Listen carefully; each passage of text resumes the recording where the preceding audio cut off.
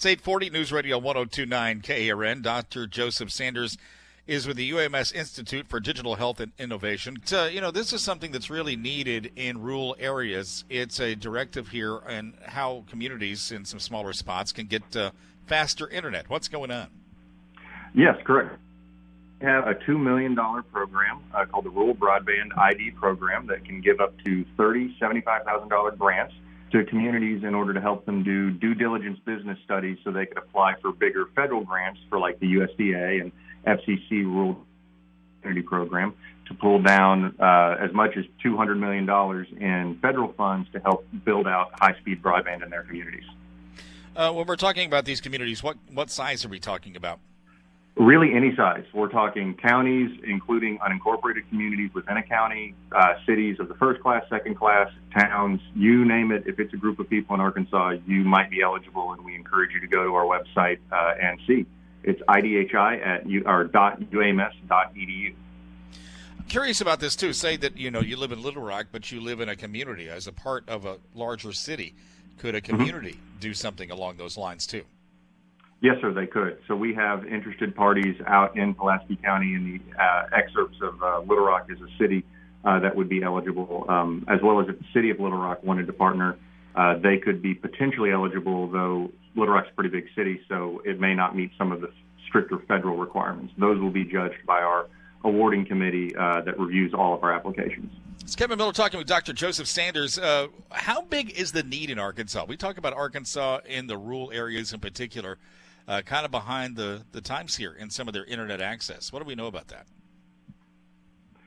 So the spread of broadband access in Arkansas is really quite variable. There are parts of Arkansas that have gigabit speed internet, but you don't have to get very far out into our local communities before you're on either fixed wireless or even slower, what we would think of as traditional dial-up. So the need is really, really huge, and we see it in our digital health exercises with our patients. We have lots of people that are reliant on cell phone service, and that coverage is not always as good as it could be.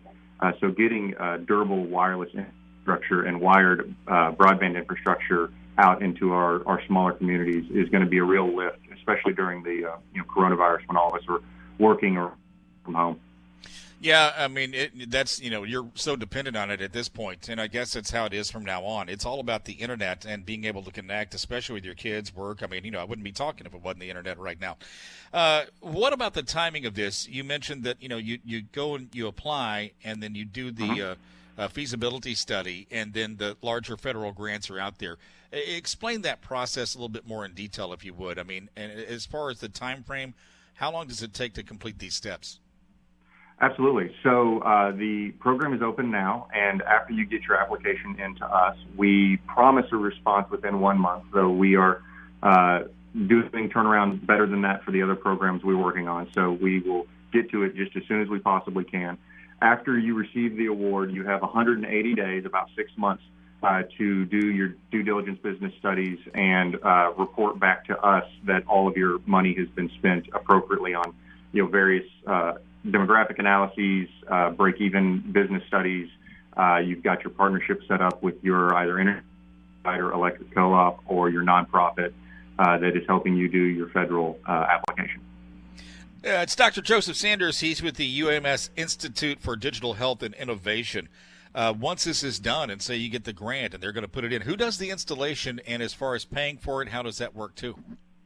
So the installation would be done with the either internet service provider or electric co-op that the community partnered with to the application. And then the timing on that is once the federal award comes in, it's subject to that determination. So that can be, if it's a large project, that can be a multi-year project. In terms of our projects, usually our reporting is going to be done within 6 months of the award. Right. I'm curious about what you do, too, the UAMS Institute for Digital Health and Innovation. I've not heard of that before, so explain what goes on there, what happens. Absolutely. So at UAMS, we're very committed to how digital health can incorporate and be a value add to patients' lives, the state and the region. We recognize here in Little Rock, even with our regional programs, it can be difficult for patients to get to us in a timely fashion. And so we really want to bring our services and our patient care to where our patients are at. We do remote patient monitoring devices such as blood pressure monitors, scales, glucometers, things like that. We study population health programs like congestive heart failure to try and minimize the need for coming into the hospital and keep patients healthy and at home. We're also interested in I call them rule-aware digital health programs that don't rely upon a heavy tech base and a lot of sophisticated equipment to provide high-quality patient care at the bedside in the home. Consist of something as simple as a phone call with a care coordinator or a diabetic educator. It may be as sophisticated as a full remote evaluation program for paying to see if you're eligible for neurosurgery. It really runs the gamut. Very interesting stuff. Dr. Joseph Sanders, UAMS, the Institute for Digital Health and Innovation. I appreciate you being on this morning. Thank you for the time.